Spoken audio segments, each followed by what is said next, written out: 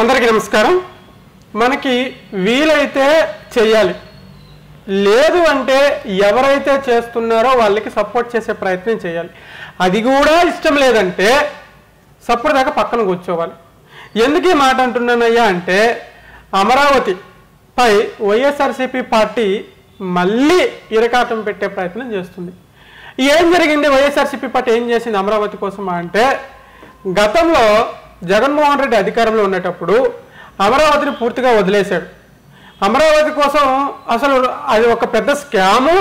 అమరావతి అనేది రాష్ట్రంలో పెద్ద అన్యాయం జరిగిపోయింది అమరావతి వల్ల అని చెప్పేసి పక్కన వదిలేసింది. దానివల్ల అమరావతిలో ఉన్నటువంటి రైతులు కావచ్చు, అమరావతి కోసం భూములని దానం చేసినటువంటి రైతులు కావచ్చు, రాష్ట్ర ప్రజలు కావచ్చు చాలా ఇబ్బందులు పడ్డారు.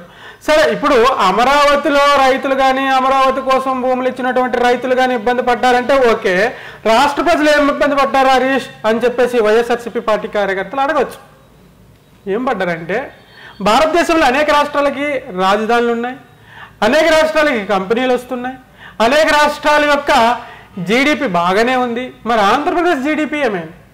ఆంధ్రప్రదేశ్కి రాజధాని ఏది? ఇప్పుడు నేనున్నాను, నేను టెక్కలి నియోజకవర్గానికి సంబంధించిన ఓటర్ని. నేను ఇట్లా హైదరాబాద్లో వచ్చి నా బతుకుతారు, నేను బతుకుతున్నాను.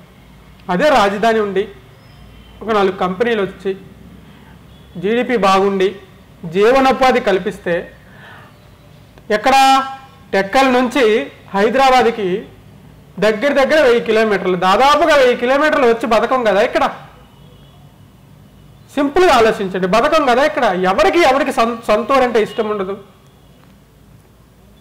ఆ వెసులుబాటు లేదు కాబట్టే వలస వచ్చి ఇక్కడ బతుకుతున్నాం. ఇది ఇక్కడ హైదరాబాదు తల్లిలాగా ఆదరించి మంచిగానే చూసుకుంది కాబట్టి అంత ఇంత సంపాదించుకోగలుగుతున్నాం. మరి అదే ఆంధ్రప్రదేశ్కి రాజధాని ఉండి, ఆంధ్రప్రదేశ్ రాజధాని ఉంటే కంపెనీలు వచ్చేస్తాయి, ఆంధ్రప్రదేశ్ వచ్చేస్తాయి, ఆంధ్రప్రదేశ్ వస్తాయి. ఆంధ్రప్రదేశ్కి కంపెనీలు రావడానికి రాజధాని కూడా ఒక కారణం. ఎస్, రాజధాని కూడా ఒక కారణం, రాజధాని ఉండడం కూడా ఒక కారణం. ఇప్పుడు ఏదో గ్లోబల్ మీటింగ్, గ్లోబల్ ఎక్కడో విదేశాల్లో ఒక మీటింగ్ అయింది. మీటింగ్ అయినప్పుడు అక్కడ ఏ క్యాపిటల్ నుంచి వచ్చారు, ఏ క్యాపిటల్ అనేది లిస్ట్ అవుట్ చేస్తారు కదా. అమరావతి క్యాపిటల్, హైదరాబాద్ క్యాపిటల్, అట్లా కదా లిస్ట్ అవుట్ చేస్తారు. ఓకే, ఇది పెట్టండి, ఇది మాట్లాడుకుంటే పెద్ద టాపిక్ అవుతుంది. కానీ ఇది పక్కన పెడితే, అమరావతిపై వైఎస్ఆర్సీపీ పార్టీ చేసినటువంటి పని ఏంటి? ఈ మధ్యకాలంలో మళ్ళీ కూడా ఒక చిన్న పని అయితే చేయడం జరిగింది. ఏంటో పని అంటే, అమరావతి కోసం ఎన్డీఏ కూటమి అధికారంలోకి వచ్చిన తర్వాత పనులు మొదలుపెట్టింది. అమరావతి మెయిన్ పనిగా పెట్టుకుంది కూటమి ప్రభుత్వం. పెట్టుకున్న తర్వాత పనులు శరవేగంగానే జరుగుతున్నాయి. ఇది నాకు తెలిసి నా అంచనా ఏంటంటే, మరొక 2-3 సంవత్సరాల్లో ఒక 80% పనులు కంప్లీట్ అయిపోతాయని నేను అనుకుంటున్నా. అది తప్పైతే నన్ను కరెక్ట్ చేయండి కామెంట్ రూపంలో. అయితే ఏదైతే అమరావతి ఉందో, అమరావతికి ఏడీబీతో కలిసి ప్రపంచ బ్యాంకులన్నీ 15,000 కోట్లు రుణం ఇస్తుండడంతో, ఇది వైఎస్ఆర్సీపీ పార్టీకి చెందిన గుర్తు తెలియనటువంటి వ్యక్తి ఏడీబీ ఏదైతే ఉందో ఆ సంస్థకి ఏది ఇన్స్పెక్షన్ ప్యానల్ అనేది ఒకటి ఉంటుంది. అంటే ప్రతి కంపెనీకి ఇన్స్పెక్షన్ ప్యానల్ అనేది ఒకటి ఉంటుంది. వాళ్ళు ఏం చేస్తారు?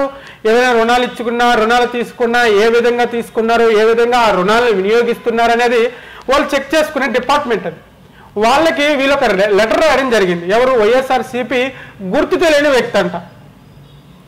ఏమైనా లెటర్ రాశాడంటే, అమరావతిలో చాలా అన్యాయం జరిగిపోయింది, అమరావతిలో రైతుల్ని బెదిరించి భూములు లాక్కున్నారు, వాళ్ళకి తగిన అమౌంట్ వాళ్ళకి సమకూర్చలేదు.